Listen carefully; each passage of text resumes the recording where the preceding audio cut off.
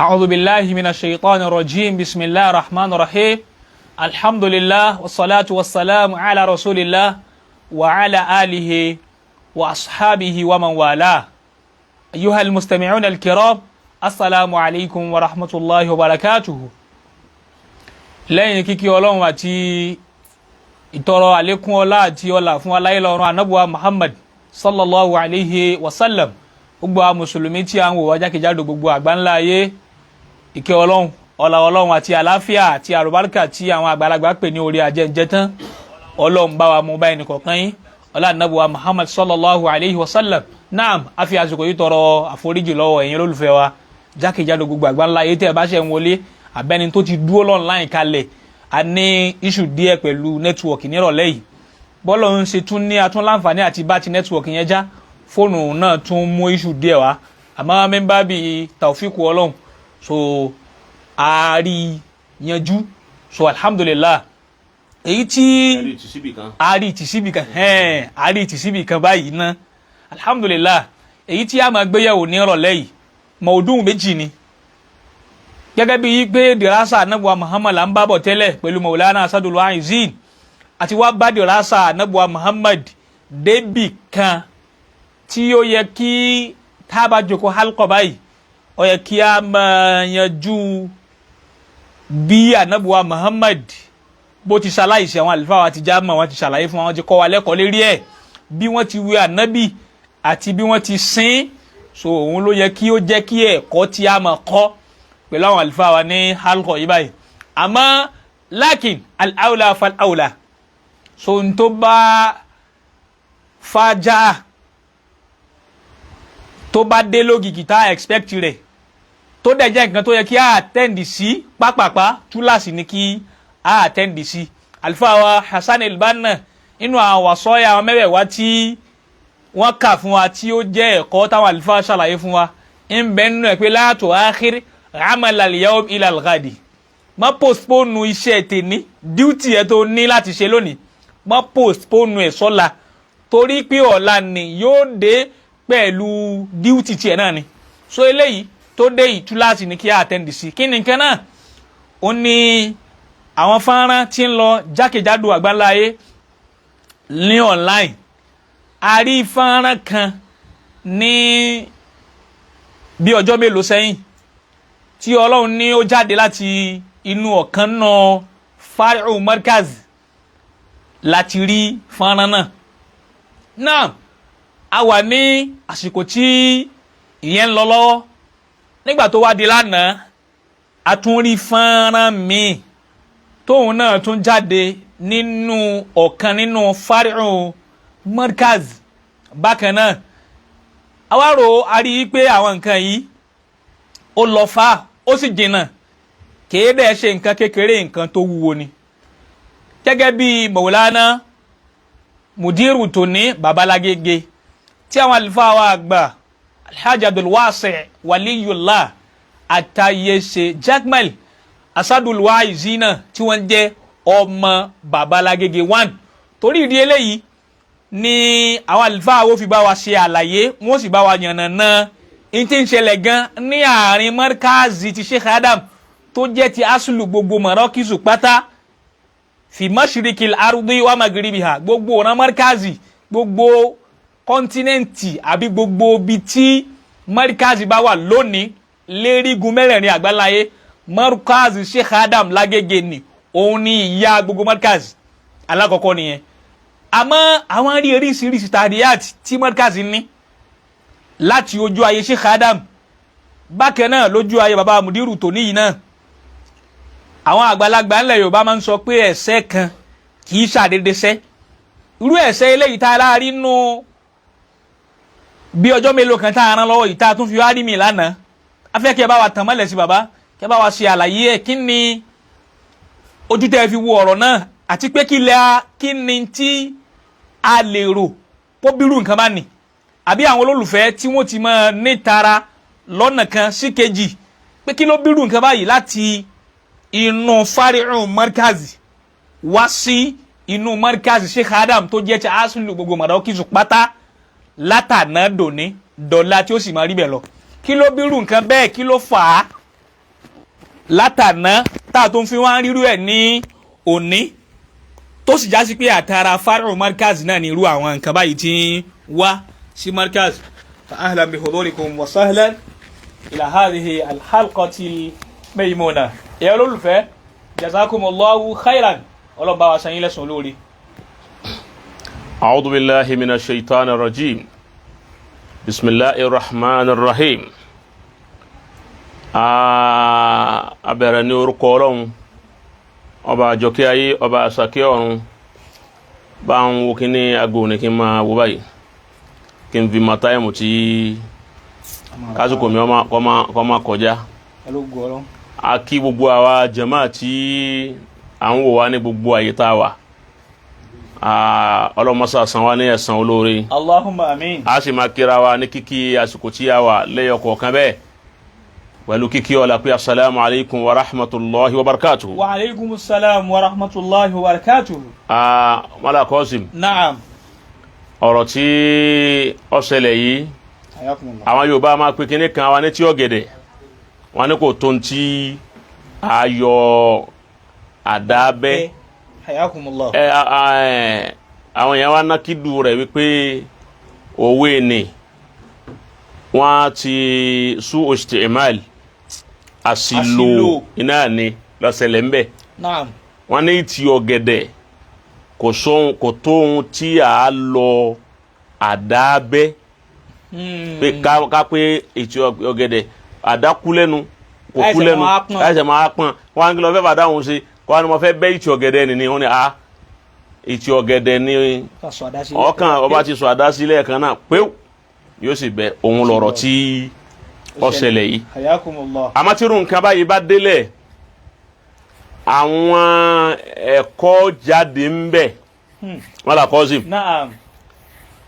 láàárín àwọn hadisa tó bá ṣẹlẹ̀ nínú àwọn hawadis a máa rí àwọn ẹ̀kọ́ kọ́ ń bẹ̀ a sì máa rí àwọn àǹfààní jẹ ń bẹ̀ a sì máa rí àwọn mímọ̀ ń bẹ̀ gẹ́gẹ́ bíi pé ọ̀rọ̀ tiwa tá a bá sọ kò sí ìta sọ nú ọ̀rọ̀ tá a ní fẹ́ kí àǹfààní díẹ̀ ẹyọ kan àbí méjì kó jẹ́ ti àwọn al-mustami'un àwọn tí wọ́n listen sí wa láti gbọ́ a kàn ní fẹ́ kí àròyé ọkàn máa lọ fún ká ọkàn sọ̀rọ̀ wákàtí kan kò ní orí kò sì lẹ́mù a fẹ́ kọ́rọ̀ wa ó lérí kó bẹ́ẹ̀sì lérí wípé ntọ́ ṣẹlẹ̀ yìí àǹfààní wo la fẹ́ jẹ́ ń bẹ̀ òun ní ìbéèrè tó béèrè yìí àwọn méjì ni àwọn tí wọ́n sọ̀rọ̀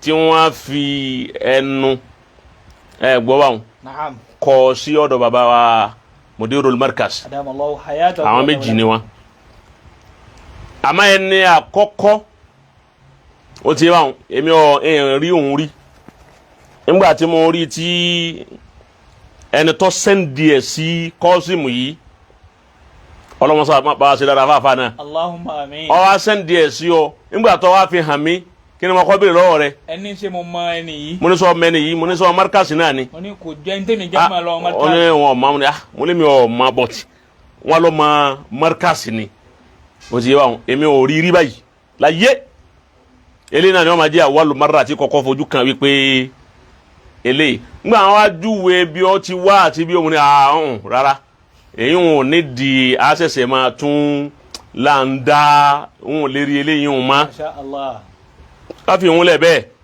torí bí ó ti wá ní ọ̀tọ̀ ni ẹni tí wọ́n rán wá ń bẹ̀ tẹ́lẹ̀ ó ti wá wọn rò pé ẹni wọ́n rán wá tẹ́lẹ̀ ní júrí nu ó ti wá wọn ẹsẹ̀ wá tún lónú pléyà mi wá pé wọ́n náà tún lọ lè jẹ oníkálukú náà lọ fẹ́ ti ara Babala Gege dìde kó wá náà lọ fẹ́ tara Babala Gege dẹni tí àwọn èèyàn mọ̀ oníkálukú náà lọ fẹ́ tara Babala Gege yìí pé ẹjẹ́ abá ti bú Babala Gege ọba sáfẹ́ ọfẹ́ ká yọ kọjú sí ọkàn máa wọ wọ́n sá ti bú Mudiru ó ti yé báwọn gẹ́gẹ́ bí ẹni tí ó béèrè pé ta lọ lọ́hùn tọ́wọ́ bẹ̀rẹ̀ sí bú Ọlọ́hun nígbà bú Ọlọ́hun nísìn àwọn èèyàn máa ní sàbí wọn máa bá a sì rẹ́ nìkan tó bú Ànábì Muhammad nísìn tọ́ba ẹ jáde tí ń fẹ́ nú rẹ̀ tí ń fi hàtà kí ó ń sí Ọlọ́hun tí ń fi sátà Muhammad olólùfẹ́ ti wọ́ọ́rẹ́ wa ọba ti bẹ̀rẹ̀ sí ṣe bẹ́ẹ̀ lẹ́ẹ̀kan náà làwọn èèyàn máa kọ́dà àwọn èèyàn kì í fẹ́ wu ẹni tí bá yin àwọn ẹni rẹ̀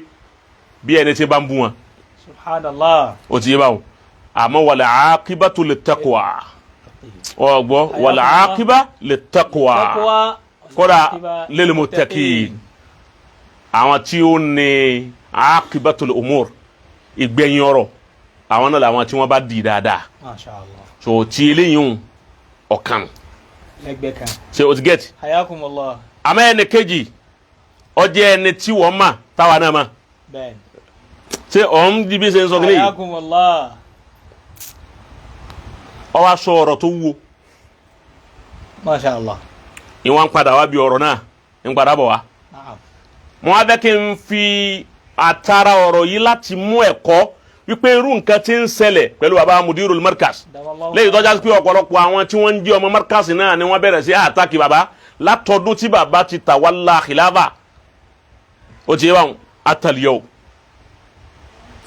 ọgbọ́ láti gbà tí baba Sheikh Adamu ti kú ó ti yé wọn 30 ọdún àti ọdún kan lọ́dún yìí ó ti yé ní baba mudiru ti fèsì ogun ẹlòmíín ní 20 kìíní kan yìí àṣìjọ tí baba wa ọlọ́lá wa ọba àlú lọ́nà mi martaba kasi ṣe kátó wíwẹ̀ lẹ́ẹ̀kasí wallahu ya'simuka la takhafu daraka wala takhsha wala hawla wala quwwa ọlọ́mọsá jẹ́rí baba ọba lọ́nà pé wọ́n má fa burú ṣe wọn má fi nǹkan kan ṣe baba náà fún wa baba yẹn ni wọ́n wá yanjú khilafa Sheikh Adam. Masha Allah.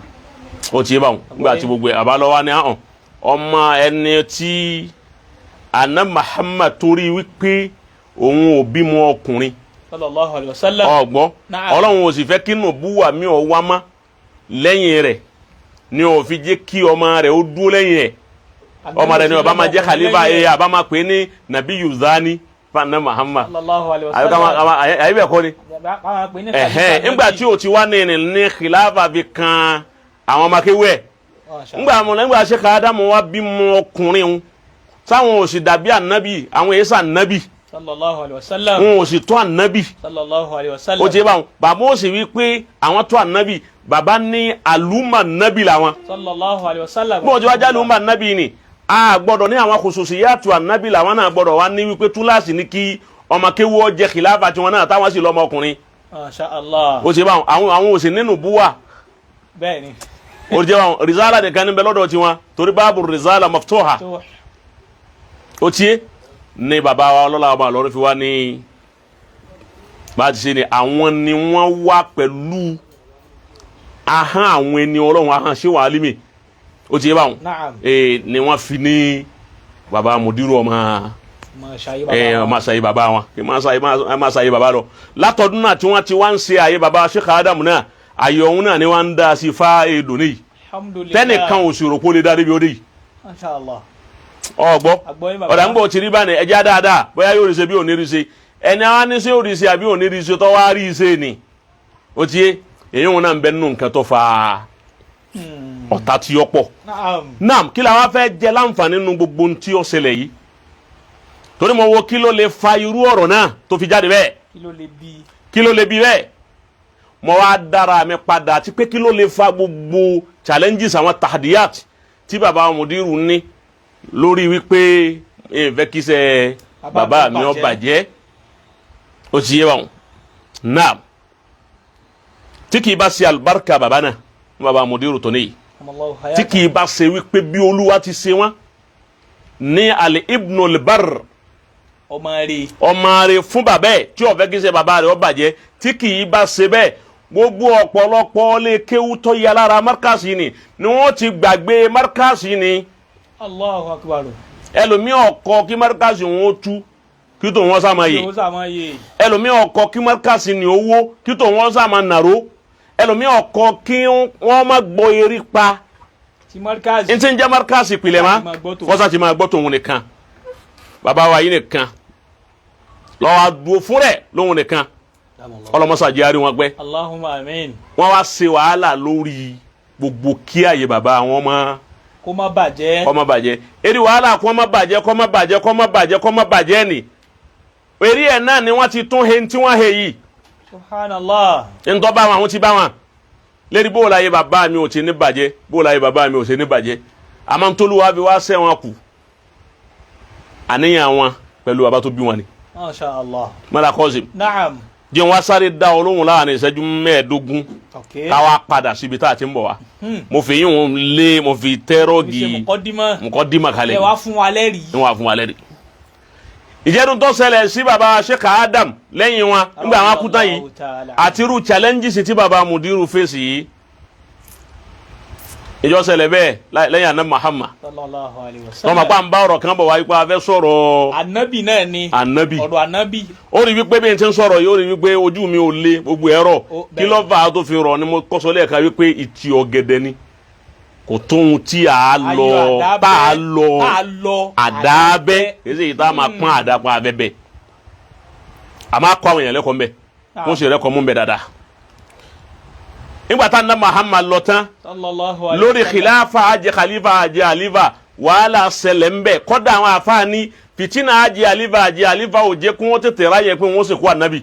Sallallahu alaihi wasallam. n padà bọ̀ wá bẹ̀ níjọ́ tá a bá ti sọ̀rọ̀ bí wọ́n ti sọ gbúgbì ẹ̀kọ́ halkọ̀ yìí wọn à ń bọ̀ wá bẹ̀ ọ̀nà bẹ̀ náà wọ́n kàn fẹ́ gbà sáré lọ bí tí ń lọ yìí kí Abubakar ó tó jẹ khalifa. Radiyallahu ta'ala anhu. jíjẹ jẹ Abubakar ṣe dáadáa Umaru jẹ ó ṣe dáadáa Usmanu jẹ ó ṣe dáadáa gbàtọ́ wa dáyé Sayyidina Ali léyìí tọ́já sí wípé Ali nǹkan méjì òun lọ́pọ̀ wọn àtà nǹkan mẹ́ta lọ́pọ̀ wọn àtà náà Muhammad pọ̀ ó ti yé báwọn suhuba ọ̀pọ̀ àwọn pọ̀ ìjẹ́ sàábì rẹ̀ number 1 ẹlẹ́ẹ̀kejì nazab ọ̀pọ̀ àwọn pọ̀ ẹbí ọ̀pọ̀ wọn àti ẹ̀pọ̀ ẹlẹ́ẹ̀kẹta òun ni zihiru àbíkílẹ̀ máa pè azihiru ìjànà ọ̀pá àlí pẹ̀lú àná Muhammad pọ̀ náà táwọn yín pé àlí ọmọ jẹ́ àbúrò fún sí ọlọ́run ó ti yé báwọn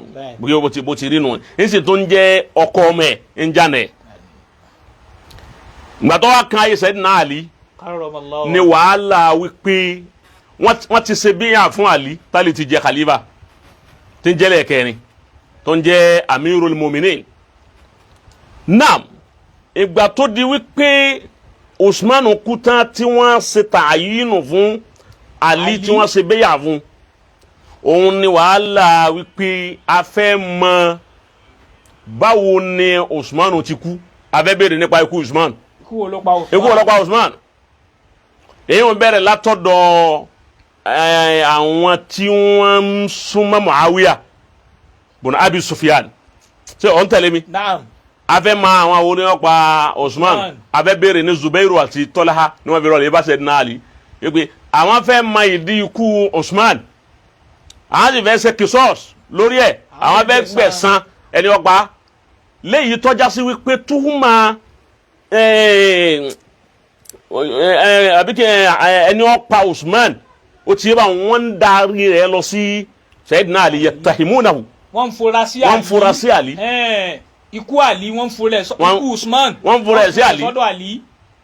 tẹ́ tọ́da stand.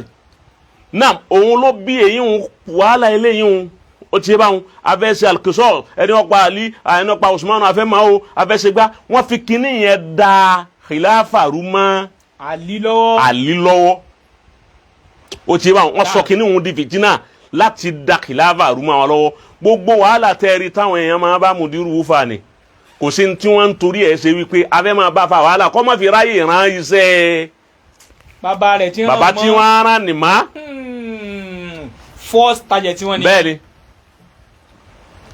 ọgbọ́ kọ́ máa fi ráyè rán iṣẹ́ tí ń rán nìmá torí tàtọ́wùrù ń bá iṣẹ́ yẹn kí lá máa fi fún ní stop over díẹ̀díẹ̀ tàbá yìí tó jù yìí sí ó ti yé báwọn kò ní ráyè tó kù mọ́ àwọn náà tó máa kọjú sí bàbá tó jù yìí sí kò ní ráyè tó kù mọ́ àwọn náà máa kọjú sí àmọ́ Ọlọ́run fún ní kí iṣẹ́ rẹ̀ kọ́ máa walakinna Allaha mutimmu nurah Ọlọ́run ti parí iṣẹ́ rẹ̀ nígbà tí Sayyidina Ali wá tó wá di pé wàhálà ní ṣẹlẹ̀ òun ni wọ́n fi lọ gbé Aisha ìyàwó Ànábì Muhammad dìde àwọn fẹ́ ẹni ọ̀pá Usman ó ti yé báwọn Ali làwọn afurasí òun lọ fa wákàtú Jamal ó ti yé báwọn wákà Jamal òun lọ fa naam lẹ́yìn ibi wákà Jamal yìí ni Subairu àti Tọ́láha ibẹ̀ làwọn kú sí àwọn méjèèjì ni gbòógì sàhábà làwọn méjèèjì Tọ́láhà l'Ànábì ń sọ wípé man sarrahu an yanzura ila rajulin yamshi ala al-ardi wa qad qada nahbahu falyanzur ila Tọ́láhà. Allahu akbar. Kana Muhammadu ngbata kana bi o to ku. Ànábì ní ẹni ó bá fẹ́ mọ̀ ọkùnrin kan tí ń rìn lérí ilẹ̀ báyìí ń bẹ láyé bá ti ń bẹ yìí. Wa qad qada nahbahu ó ti kú. Falyanzur ila Tọ́láhà. Tọ́láhà ni ko lọ lewo. Bẹ́ẹ̀ ti ní ó ti kú o, nǹkan rìn lérí ilẹ̀ ni o. Tọ́ra Ànábì ti mọ̀ wípé ọ̀nà tí ó gbà kú ọ̀nà ogun ni. Ọ̀nà jihad ni. Talha ibn Ubaydillah. Tá Ànábì ń pè ní al-Fayyad, al-Jawwad al-Fayyad. Tá Ànábì fún. Bẹ́ẹ̀ ni Zubayr ibn Awam. Ó ti bá wọn ibi Maraka Jamal ibẹ̀ ni wọ́n kú sí. Naam. Máa tẹ love and like àbí kílẹ̀ máa pè é. Love and like wọ́n ti tẹ anger face. Wọ́n ti tẹ anger face yà. Program yìí wọ́n fẹ́ kó hold. Inshallah albarka Nabi yóò hold. Mo ti rí nu. Tó sọ wá rí gbogbo àwọn tí máa tẹ anger face wọn. Àwọn màláíkà náà máa hanga wọn. Wọ́n máa hangi kádàrá. Àwọn máa hangi kádàrá wọn ni. Àwọn máa hangi kádàrá. Ẹni bá ti lọ́wọ́ hangi eléyìí. Àwọn màláíkà hangi. Wọ́n hangi kádàrá báyìí dé àfà. Ọkọ̀ àrífùnù wọ́n yọ ọkọ̀ rẹ̀ kó nù àwọn tí wọ́n máa jẹ́ ìyàlá yìí yẹmúrú alàlágdí fakọ̀dùkọ́dọ̀ náà bá naam Qasim torí ẹ̀kọ́ ọmọ fẹ́ ká mú bẹ́ẹ̀ àwa fi ṣe dédé wípé bàbá wa Sheikh Adam ń tójú Ànábì Muhammad sallallahu alaihi wasallam lẹ́yìn rẹ̀ bàbá Sheikh Adam náà rí kọ́dà bí tí wọ́n tiẹ̀ fẹ́ tó ń sí Ọlọ́run àmọ́ Ọlọ́run ní kí wọ́n Ọlọ́run fi wọ́n sin àwọn ànábì Ọlọ́run jẹ. Eri panta àwọn ànábì Ọlọ́run rìn. Nígbà yẹn borí pa Muhammad náà ni wọ́n rìn. Ẹnìkan ò sí ní ronú pa ná Muhammad kírú àdánwò tó bá ń sí Ọlọ́run kọ́ bàbá. Masha Allah. Torí gbogbo eléyìí ara àdánwò ìtìlá àti tọ́lọ́run máa fún àwọn ẹni rẹ̀ òun náà lélẹ́yìí. Tọ́ èyí wọn lọ bẹ́ẹ̀. Ìgbọ̀ yíyá lórí khilafa yìí náà àjẹ khalifa àjẹ àlífà yìí náà. Olórí ọ̀rọ̀ ṣe Muawiya dúró pé òun ni khalifa kan Umaru Ali dúró pé òun khalifa kan òun ni wákàsọ̀ fẹ́yìn náà tún dé. Lẹ́yìn wákàtul jamal. Wákàsọ̀ fẹ́yìn yẹn òun jẹ́ bayna Ali wa Muawiya. Ọgbọ́ bayna Ali wa Muawiya. Wákàsọ̀ fẹ́yìn wọn bẹ́yàn bá ka ìtàn èyí wọn pààyàn lẹ́kún Qasim. Dáadáa wàláhì ìdálẹ́jọ́. La ilaha illallah. Èyàn kò síbẹ̀ yẹn ò ti ní sunkún. Àwọn ọmọ ogun mùsùlùmí àti ọmọ ogun mùsùlùmí wọ́n sì kojú ara wọn bẹ́ẹ̀ wọ́n ti ṣẹ́gun kèfèrí tán. Ànábì ọ̀dájú ogun kò dájú ikọ̀ mùsùlùmí kan kọ mùsùlùmí rí inú àwọn sàhábà rẹ̀ Ànábì ò sì kọjú sàhábà méjì síra wọn. Ó ń ṣe Ọlọ́run parí iṣẹ́ tiẹ̀ tán ọ lọ. Ànábì ó sọ sàhábà dọ̀tá ọgbọ́n kọ́dà Ànábì tún máa sọ pé la tarji'u ba'di kuffaran yadrib ba'dukum riqaba ba'di. Anabi o to lọ nta anabi wígbẹ́ yìí ni anabi la tarji'u ba'di kuffaran yadrib ba'dukum riqaba ba'di tí n bá lọ tán ẹ má sọ̀rọ̀ ayé di kèfèrí o ẹ má sọ̀rọ̀ ayé dala yìí mórí Ọlọ́run tó ṣe fún yín kùfàrù bẹ́ẹ̀ ni òun kìí ṣe kèfèrí àwọn tí ń ṣẹbọ ẹni tí ò mórí Ọlọ́run tó ṣe fún adúró rẹ tí mo gbé wáyìí la tarji'u ba'di kuffara kùfàrù èyí òun kìí ṣe kèfèrí kúfúrú àìmórí kìí ṣẹbọ ẹ má ṣe aláìmoore tí ń bá lọ tán orí Ọlọ́run tó ṣe fún yín tí ẹnì kọ̀ọ̀kan yín wọ́n máa wá bẹ́ra wọn wọ́n máa bẹ́ni kọ̀ọ̀kan ní ìdá ẹ máa gẹ̀gùndera yín pé n bá ṣe parí ẹ̀ ń bẹ lórí ni ọ̀tá mi ni Ànábì ni ẹ má ṣe bẹ́ẹ̀ ọgbọ́ kí mùsùlùmí má sọ mùsùlùmí ẹgbẹ́ dọ̀tá ọmọ sọ ẹgbẹ́ dọ̀tá àná Muhammad sọ ọkọ̀ tó lọ àmàǹgbà àná Muhammad lọ tán káì ìjọ táwọn dìde nǹkan ṣe Islam ó ti bá àwọn Muawiya láti Sham àwọn ará Sham ni Muawiya gbé dìde torí Sham lòun wà Ali ń bẹ ní Iraq ní Kufa Sayyidina Ali ń bẹ lòun wà Muawiya wá kó àwọn ọmọ ogun 130,000 130,000 náà ló gbé lóko àwọn battalion àwọn junudu gbogbo wọn sì ní mùsùlùmí ni wọn gbogbo àwọn juyushi yẹ kò sí kèfèrí nínú wọn mùsùlùmí gbogbo wọn Sayyidina Ali òun kó 135,000 láti Iraq láti Kufa òun kó wa làwọn òun ló bí wákà sọfẹ́ìn sọ́fù ti Muawiya títí àwọn méjèèjì wá pàdé ó ti yé Naam. wọ́n bẹ̀rẹ̀ sí jà lórí ọ̀rọ̀ khilafa nígbà tí ìjà yẹn ṣẹlẹ̀ Qasim Naam. ọmọ ogun tó kú ní wákà aṣọ fẹ́yìn 70,000 ní ọmọ ogun tó kú Allahu Akbar. ó ti bá wọn náà lọ lè ṣe mọ̀rọ́jà padà kọ́ lọ lè wò 70,000 lọmọ ogun tó kú ní wákà aṣọ fẹ́yìn 70,000 tó ọmọ ogun tó kú yìí lọ́dọ̀ Muawiya 45,000 yẹn ló kú lọ́dọ̀ Sayyidina Ali 25,000 yẹn ló kú jẹ́ 70. ọjọ́ 70 ó ti yé Naam. níbi ogun yẹn ni wọ́n ti pa Ammaru bin Yasir tá nabi ń sọ fún Ammaru pé taqtuluka al-fi'atul baghiya Fi'atul Baghiya. ó ti yé báwọn tá nabi sọ fún yín pé fi'atul baghiya ni ó pa ìwọ àwọn ikọ̀ tí wọ́n gbẹ́rù gbọ́nrí ó ti yé báwọn àwọn ni ó pa ọ́ lógun yẹn ni Ammaru kú Ammaru ni léyìí tó fi ẹ̀mí rẹ̀ tí ó jẹ ìyà fún Islam wọ́n lù nítorí Islam wọ́n ṣe é léṣe nítorí Islam ó padà bá ogun Islam lọ ogun tó wá bá lọ ni àti Subair àti Tọ́láhá àti Ammar bin Yasir. gbogbo àwọn tá a wí yìí Qasim Naam. tí wọ́n kú láwọn ogun yìí kì í jẹ́ pé ogun Islam ni wọ́n kú sí o kì í ṣogun Islam. ogun Islam kọ́ ni wọ́n kú sí o Naam. kì í ṣogun Islam. àwọn tó kú ní Sọfẹ́yìn àtàwọn tó kú ní Wákà Jamal gbogbo wọn ni kì í ṣogun Islam kọ́ ni wọ́n kú fún. Allahu Akbar.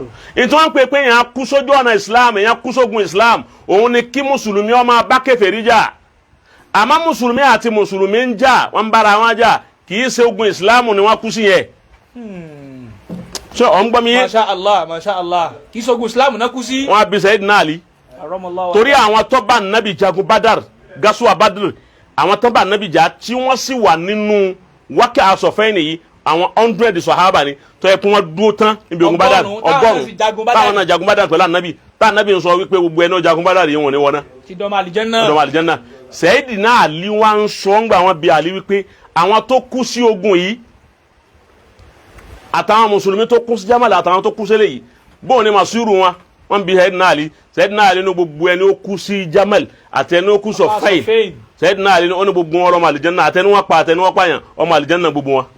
èyí ṣe tálí fi wí bẹ́ẹ̀ nítorí kálí wí bẹ́ẹ̀ ni wípé anabi ti kú sallallahu alaihi wasallam anabi dẹ̀ ti síìlì àwọn sàhábà rẹ̀ ó ti parí àlìjẹ́nnà wọn kó tó lọ. ayakumullah anabi ti parí àlìjẹ́nnà wọn pé kò sí nǹkan ó ti síìlì àlìjẹ́nnà àwọn sàhábà pé kò sí nǹkan tí wọ́n lè ṣe tí ó yẹ àlìjẹ́nnà wọn. ìwà máa jà láàrin ara wọn ni Sayyidina Ali ó sọ wípé tòun ti ìjà tí wọ́n ń jà yẹn náà wọ́n ń jà láàrin ara wọn ni náà ọlọ́mọ àlìjẹ́nnà ni gbogbo wọn mọ kà á débẹ̀ ni o ọgbọ́n mọ kà á débẹ̀ ni o ẹlòmíì lè rí nǹkan mi nǹkan yàtọ̀ fún tèmi o àmọ́ bí mi ti kàánù wípé Sayyidina Ali ní àtẹniwọ́n pa sí Jamal àti Sọfẹ́yìn àtẹniwọ́n pààyàn ó ti bá wọn inú gbogbo àwọn sàhábà ni ọmọ àlìjẹ́nnà ni wọn sàhábì àti sàhábì lọ́jà tòun ti bẹ́ẹ̀ wọn ará àlìjẹ́nnà yìí irú hasu tí wọ́n níhùn lọ́ọ̀kì tí wọ́n ní ni àwa ò nílé báyìí. Masha Allah. ọgbọ́. kí ló dé táwọn ò lè nírú. sọ ma yìí pé Sayyidina Ali Abdulrahman bon Muljam òun ló pa Sayyidina Ali ní Wákà Nahrawan ọlọ́pàá Ali eré irun ló pa Sayyidina Ali sí. ọgbọ́. after ọ̀rọ̀ tahkim kankan so àwọn Khawarij jáde àwọn Shia jáde àwọn alùsùnà jáde bí wọ́n ti làwọn firaku ti jáde inú àwọn Khawarij yẹn tí wọ́n kú lẹ́yìn Ali pàwọn ọba Ali ṣe mọ́ inú ẹni Abdulrahman bon Muljam ó ti yé bá òun lọ pa Sayyidina Ali kò tí pípa Hasan ọmọ Ali ọwọ́ wọn náà ló ti wá pípa Hussein ọwọ́ wọn náà ló ti wá tòun ti bẹ́ẹ̀ àwọn àfa àpanupọ̀ wípé gbogbo wọn sẹ́ wọn lọ́mọ àlìjẹ́nnà náà ni wọn. Allahu Akbar. ó ti yé àmì ìhun kọ́ làwọn afẹ́ lò. ibẹ̀ yẹn kọ́ là ń lọ ẹnu ń tá a fẹ́ yọ ń bẹ̀ ká lọ lè mà wípé irú tí ń ṣẹlẹ̀ ń Markaz yìí ó ṣẹlẹ̀ lẹ́yìn Ànábì Muhammad. sallallahu alaihi wasallam. lẹ́yìn tọ́já sí pé ńgbà tí Ànábì Muhammad lọ tán lérí ọ̀rọ̀ khilafa iná ni awwalu khilaf tọkọsẹlẹ lẹ́yìn Ànábì Muhammad lérí ọ̀rọ̀ ta ni ó jẹ́ khalifa so irú ẹ̀ náà lọ kọ́kọ́ wá ṣẹlẹ̀ lẹ́yìn Sheikh Adam rahimahullah bí tani ó jẹ́ khalifa Sheikh Adam òun la kọ́kọ́ wàhálà al-khilaf wal-ikhtilaf tó ṣẹlẹ̀ so eri wàhálà òun náà wà ní àwa wà láti gbà wọn fa ó fi dùn ní kí ló bá tó fi rí bẹ́ẹ̀ Sheikh ma ibi ayé ni tóbi púpọ̀ báyé ni ọba tóbi ni kò ní rí bẹ́ẹ̀ ayé mi ò rí bẹ́ẹ̀ máa ọgbọ́ ayé mi ò rí bẹ́ẹ̀ máa kọ́dà ní gbogbo tí ń jẹ́ furu markas ó ti bá wọn kò séyìn tó rí bẹ́ẹ̀ torí pé ibẹ̀ ni gangan tó jẹ́ pé ibẹ̀ ni asọ̀rọ̀ kí gbogbo tí ń jẹ́ barakis pátá kò sẹ́ni kò sí wọ́n á fa wàhálà lásọ̀rọ̀ kí ni ẹ wá sọ̀rọ̀ kí Nàìjíríà náà ṣé bẹ́ẹ̀ sọ̀rọ̀ pé ti àwọn state ṣe rí bẹ́ẹ̀ lẹ́nu pé tó àwọn orin ni fìtínà tí wọ́n ń fà lọ́hùn ojú èyí tó fà state lọ. fìtínà federal máa ń lágbára. fìtínà federal máa ń lágbára torí pé markaz ní jẹ́ federal. ọgbọ́ òun ló fà á ní ìbéèrè àkọ́kọ́ pé kí ló fà á tètè rí bẹ́ẹ̀. ìbéèrè tí mo fẹ́ kọ́ ọmọ gangan gẹ́gẹ́ bí ìbéèrè rẹ nu gbà ẹ ṣe tó fi jẹ́ pé wàhálà markaz wa pọ̀ báyìí markaz ń bá markaz jà àwọn kìnìún kan wọ́n ń bá mudiru jà ẹlòmíín bú mudiru ẹlòmíín ṣe kankan gbogbo markaz tó jẹ́ furu tó bá rí tí wọ́n bá ń hàtàkì bàbá àbí wọ́n ń sọ ọ̀rọ̀ tí ọ̀dà bá ń fẹ́ nú gún bàbá ọgbọ́ yóò rí bẹ́ẹ̀ torí bó ti rí lẹ́yìn òun sí ọlọ́run nánu tọ́já sí pé ìdílé ànábì tí ń jẹ́ fámìlì rẹ̀ wọ́n láwọn ọ̀fẹ́ rí ma Allahu Akbar ní wọ́n láwọn ọ̀fẹ́ rí Ali àwọn ọ̀fẹ́ rí Hasan àwọn ọ̀fẹ́ rí Hussein Mashallah amaru tí wọ́n ṣe fáwọn ni wọ́n fẹ́ ṣe fún Sheikh Adamu náà lẹ́yìn wọn yìí náà àmọ́ lọ́wọ́ ọgbà fún wọn kò sí nígbà kò sí èyí òun ni wípé a máa ríru ẹ̀ gẹ́gẹ́ bí àyè tí ibẹ̀ yẹn jẹ́ àti bàbá gbé kalẹ̀ náà sọ wá rí nǹkan kan ni mo fẹ́ kí ọlọ́lẹ̀ mà òun ni wípé markaz pọ̀ káàkiri ayé àwọn marakisu ti wà láwọn alẹ́ kéwú ẹgbẹ́ markaz ni markaz gbá markaz yàwó markaz kínní àmọ́ gbogbo ẹ ti wá wà nínú a máa rí àwọn ọmọ tí ń bẹ ń bẹ àwọn ni wọ́n máa júwe bó ni àwọn tó lò bẹ̀ lánàá tí wọ́n kú ń bẹ ti rí yóò sábà máa júwe bẹ́ẹ̀ pé báwo làwọn tí wọ́n lò ó lánàá báwo ni wọ́n ti rí yóò sábà máa júwe bẹ́ẹ̀ òmìnira ń bẹ tó yẹ pé àwọn tí ń lò lánàá dá o táwọn tí ń lò lónìí tí wọ́n fẹ́ táwọn náà tó fẹ́ gbé ẹsẹ̀ kú òǹbí tàná o ṣé o ti gẹ̀ẹ́tì àmọ́ ọ̀pọ̀ rẹ̀ àwọn tí ń lò ó lánàá bóun ni wọ́n ti rí yóò máa júwe yóò máa tẹ̀lé lára àwọn tí wọ́n ń lò lónìí àtàwọn tí wọ́n jáde ń bẹ̀ kéyìfà máa yakunu lil murabbi yakunu lil murabba ṣé o ti gẹ̀ẹ́tì naam kí ni màá fẹ́ lò ń bẹ̀ kọ́sìm àlàyé lélẹ́yìí tí a ṣe yìí torí wípé mo ti sọ pé ìtì ọ̀gẹ̀dẹ̀ ni ọ̀rọ̀ náà kò tó ń tà á lọ àdábẹ́ bàbá wa àgbà ọlọ́mọṣà jáde bàbá pé bàbá mudiru sì ni wípé anybody tí ọba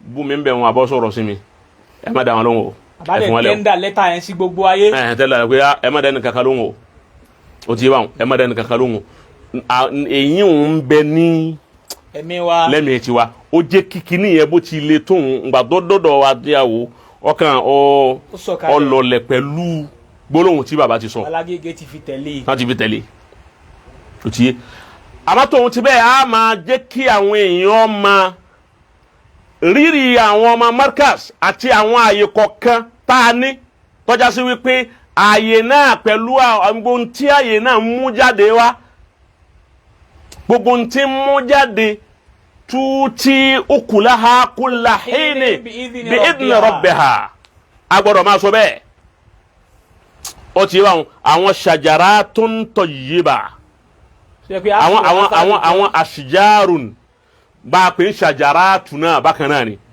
ọgbọ́ bá a pè ń shajarat bákan náà ni bá a sì pè ní ashijar bákan náà ni àwọn ashijaru tayyiba àtàwọn ashijarun khabiza méjèèjì náà lọ́lọ́run ròyìn náà Al-Qur'ani ó ti bá wọn kalimatan tayyiba ka shajaratin tayyiba aslu afisama sábìtún wà fari'uha àwọn aslu sábìtún ní markaz gbogbo fari'u tó bá ti dúró pẹ̀lú markaz tó dúró pẹ̀lú ọba mudiru yìí wà fari'uha fi sama ọmọdé wọn bẹ́ẹ̀ ó ti yé àmẹ́yìí tí ó bá ti dúró kashajaratin khabisa ijtussat min fawqil ardi ma laha min qarar.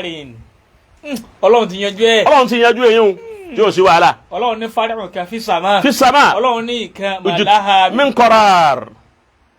Àwọn fari'u tó àwọn furu tó jẹ́ pé fi sama. Tó jẹ́ pé level wọn òkè ni la máa bá wọn. Òkè ni wá lọ connect. Òkè ni wá lọ connect ma markas. Ó ti yé báwọn. Awalu èyí tí in kọ́kọ́ dákọ̀ fún ọ tó jẹ́ pé awalu náà ní sì ń jẹ́ látànádò ní kọ́dà nínú ẹ̀mí bàbá mudiru awalu ni òun ni markasi ti wà lágodi lókè agodi arabi al-islami agodi tí ń jẹ́ ọmọ fún markasu ta'alimi al-arabi al-islami agege wọ́n náà nǹkan agege agodi. jìnnà sùn ni ó kàn jẹ́ gẹ́rù táwọn ọ̀dọ́ àwọn bá yà.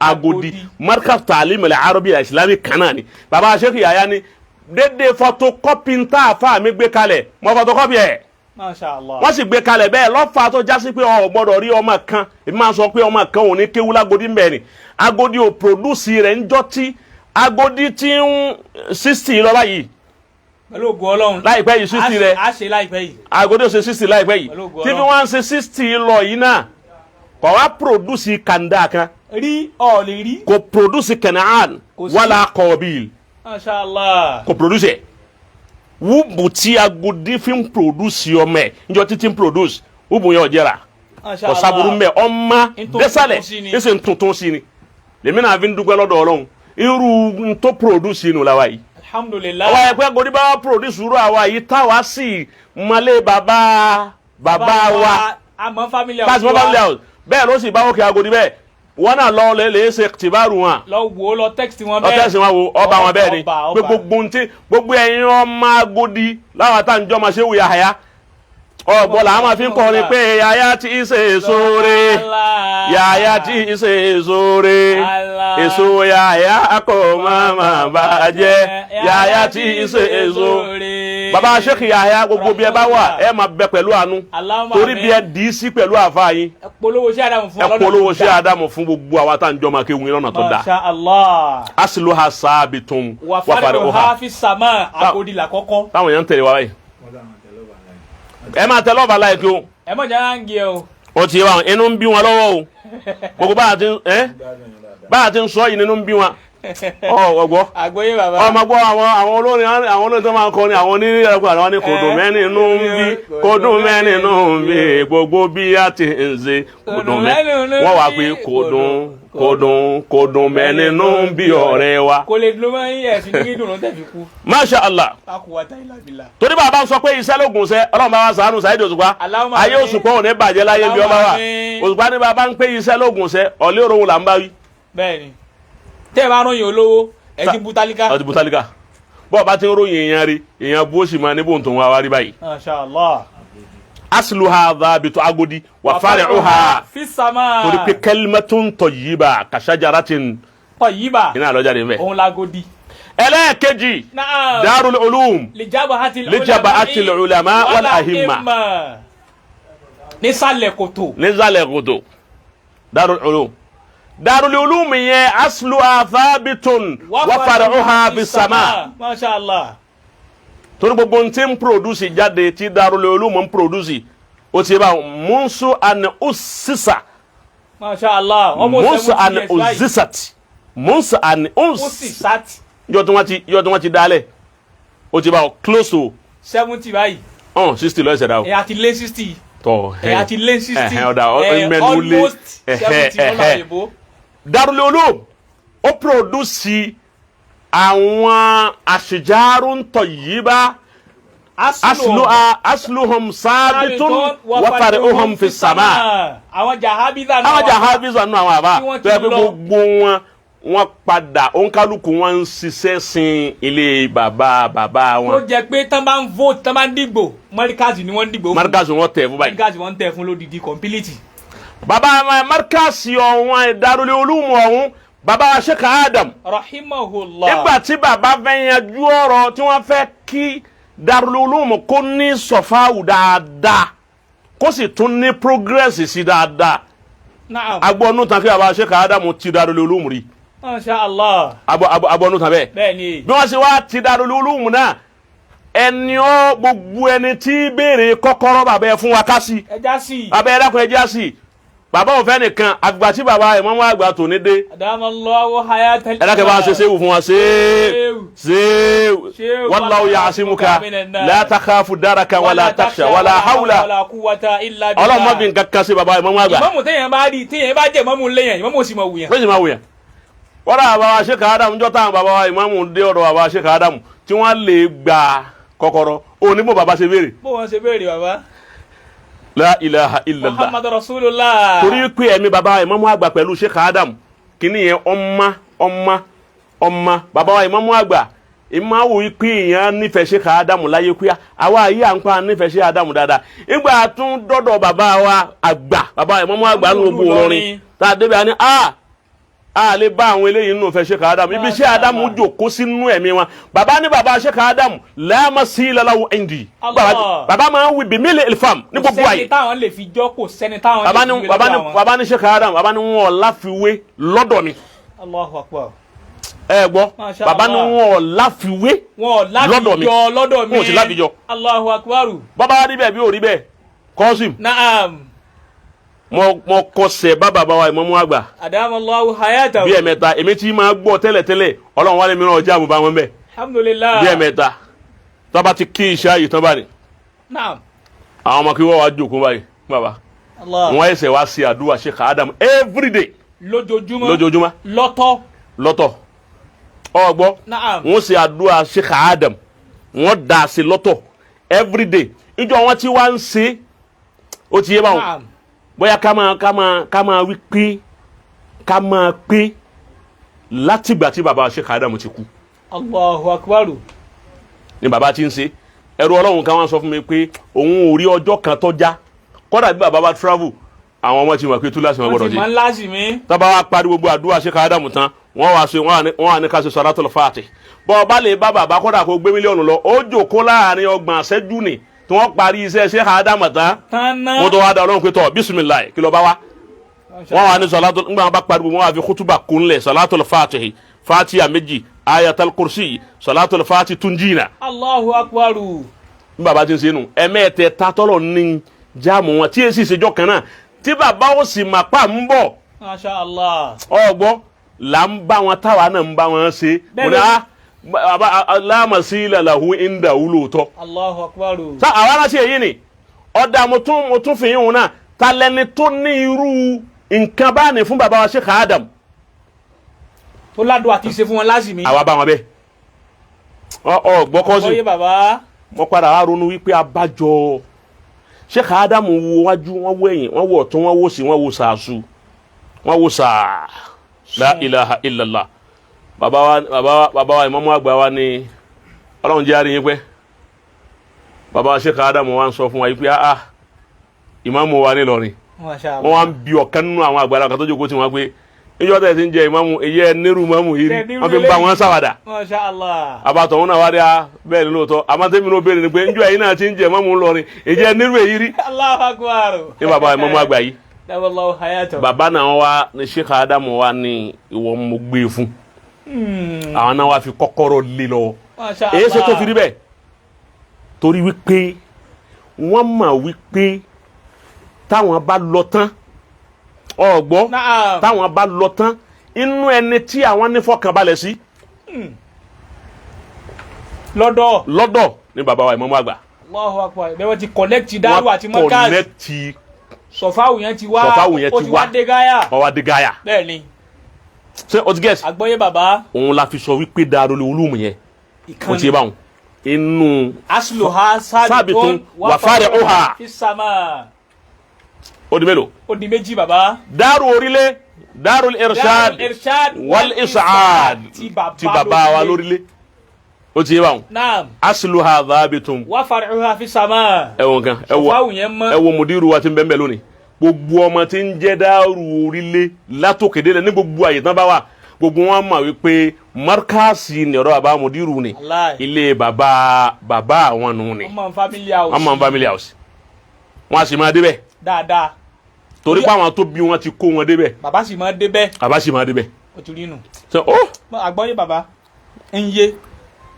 dèkè bàbá wa gba orílẹ̀ tàná bàbá náà lè pe bàbá mudiru mo gbọ́ lẹ́nu bàbá mudiru tó ní lórílẹ̀ Sheikh Ibrahim Muhammad Said Ọláwùmí hafizahullah wara'a ọlọ́mọba wa sàlékún dáadáa wọn wọ́n gbọ́ wọ́n ní bàbá tó bí àwọn wọ́n ní wọ́n lè pe bàbá mudiru.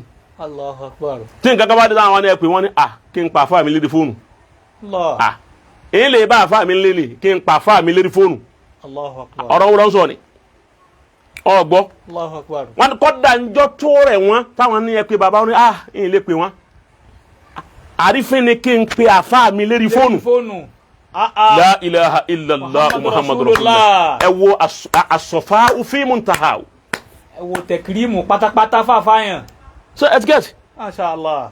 ayé wọn asluha dhabitun. wa far'uha fi sama. bàbá wa gbọ́lá bàbá Sheikh Musa agboola ọlọmọsá jáde wa gbọdọ yìí sùn nìkọọba àti Lagos State. ilé kéwù Darul Falah tí ń bẹ lámùkòkò ní ti bàbá agboola ní asluha dhabitun wa far'uha fi sama. wọn connect bẹ́ẹ̀. candidate Babala Gege ni wọn. iná ni wọn gbogbo ọmọ kéwù wọn sire wọn da ojú wọn kọ àyè ni wípé àyè àfa àwọn rè ilé bàbá yín rè o. bẹ́ẹ̀ni. kódà bàbá náà ṣe nǹkan kan tí n fẹ́ rò wípé àfa kan ṣerú rẹ̀ nínú àgbà àfa markasi ma. ọgbọ́ ní ọ̀nà tiwọn ni ètò ń bọ̀ wá dọ̀ ẹlòmíì náà tóun náà tó ṣe nǹkan tá a bá kan ò sí. bàbá wa gbọ́lá níjọ́ tí ọ̀kan nínú àwọn ọmọ tí wọ́n jáde ń bẹ̀ tó wá bẹ̀rẹ̀ sí tàpá sí Babala Gege tí ń tàpá sí markasi ni tí ń tàpá sí Sheikh Adam. bàbá wa ní níjọ́ tí n ti ń bẹ̀yìn tàpá sáfà mi rí. ọmọ kan wá kéwú yìí àyìn alóhùn wọn tàpá sí ilé àfáà mi wá mo di sóònù ọmọ náà mo yọ kó nu ọmọ mi ọmọ kéwú mi láyé yìí àyìn tọ́ba dàl kìyàmà kò tó sínú àwọn tí ó tẹ̀lé mi ọmọ kéwú náà lóhùn gbà bẹ́ẹ̀ wọ́n sì jọ sáyìn bẹ́ẹ̀. wọ́n jọ fi ọrùn lérí ọfà.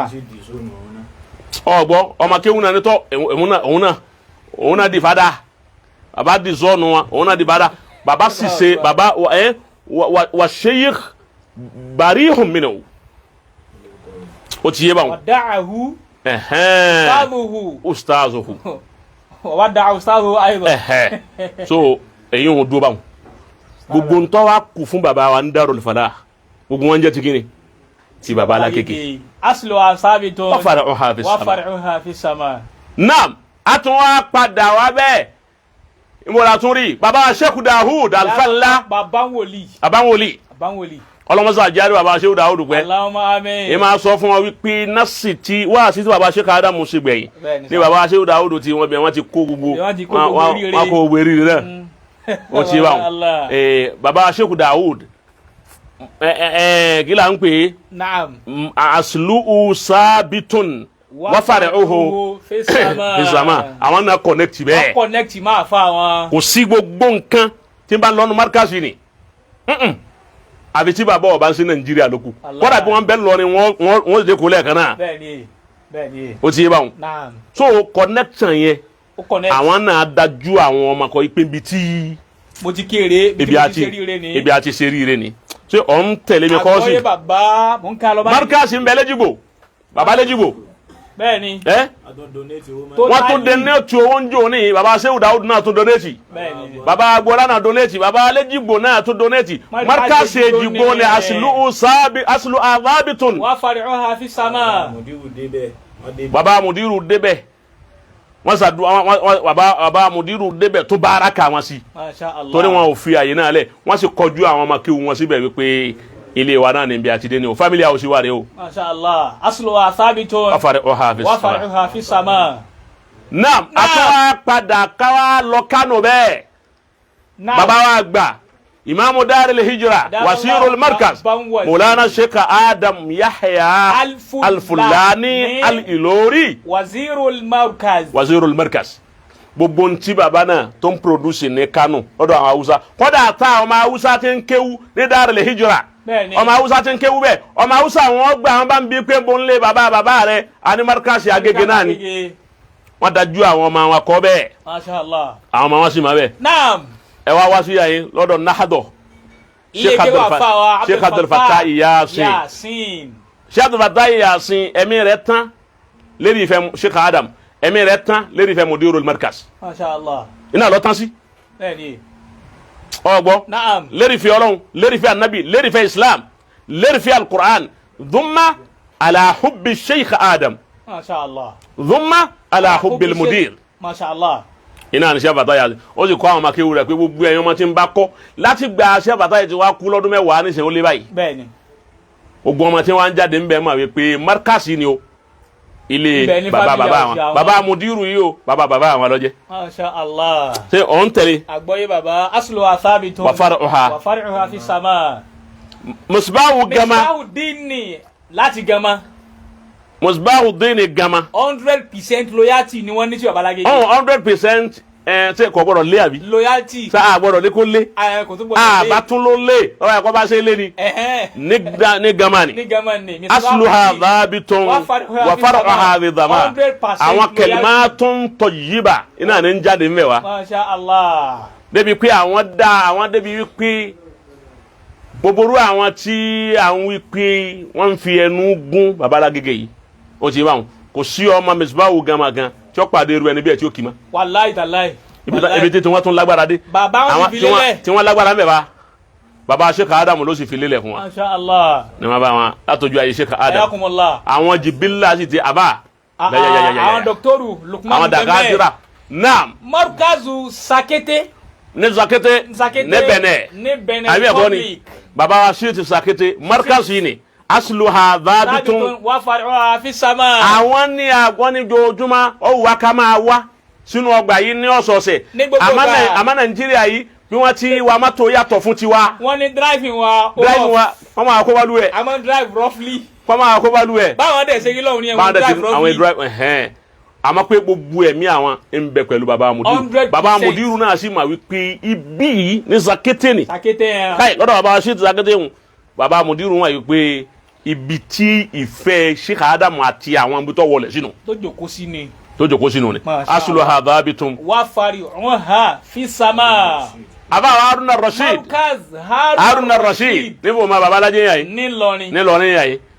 ó ti yé báwọn àwọn ọmọ Haruna Rashid ọmọ kí baba mudiru ni. Masha Allah. baba mudiru ló kọ́ al-Imam Haruna Rashid. lódìdí. ọmọ kéwu baba mudiru gẹ́gẹ́ la wọn. lódìdí. àwọn èso ọmọ kéwu sí Adama. baba Sheikh Adam ọmọ ni wọ́n jẹun baba mudiru lọ́kọ́ wọn àwọn baba mudiru wa ni ẹ̀yin tí mo kọ́ ń kéwu tẹ́lẹ̀ mi mọ́ kọ́ yín ṣebí Sheikh Adam náà ló ní mí lọ́lẹ̀ yín náà. Masha Allah. inú àwọn ọmọ kéwu rẹ̀ alibarara lafa wa Haruna Rashid.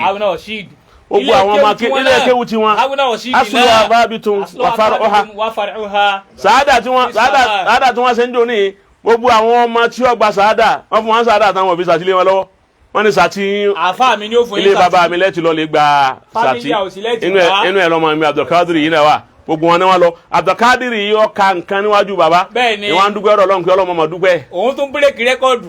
ó tún bírèkì rẹ́kọ̀dù. kí ẹ gba sàtìlọ́ Babala Gege mo bá sára báyìí ó bírèkì rẹ́kọ̀dù. kọ́dà ó tiẹ̀ ó tún ju èmi yìí lọ. bẹ́ẹ̀ni. ẹ̀yìn lẹ́yìn ọpẹ́ kí mi ò tó gba sàtìlọ́ rà bá. àmọ́ bá yín lọ́fíìsì ni. ọba mi bẹ́ẹ̀. Markaz Shaki. àwọn Azakawi. bàbá wa gbà baba wa Sheikh Yaqub Adam Abdullah hayatahu. Sheikh Yaqub Abdullah ba ko ni Sheikh Yaqub Adam Abdullah al-Ilori. ó lọ bẹ́ẹ̀. baba náà gbogbo ntin jẹ́ Shaki alfa wa gba oloko nbembe. wallahi baba afa gba oloko se wo oloko ní Shaki bí n bá ń ṣe wá sí yaro ko Sheikh Adam ni apàdé lọ́dọ̀ Sheikh Mukhtar. pẹ̀lú pẹ̀lẹ́pẹ̀lẹ́. nígbà àwọn àjòkó lẹ̀ tí alfa wa oloko ń ṣe wá sí mo àjòkó mo ti sọnù n wò pé àbí Sheikh Adam tó wáyé ni. àwọn òṣì Adamu gẹ́gẹ́ fresh tó clear tó lọ straight tó gbádùn.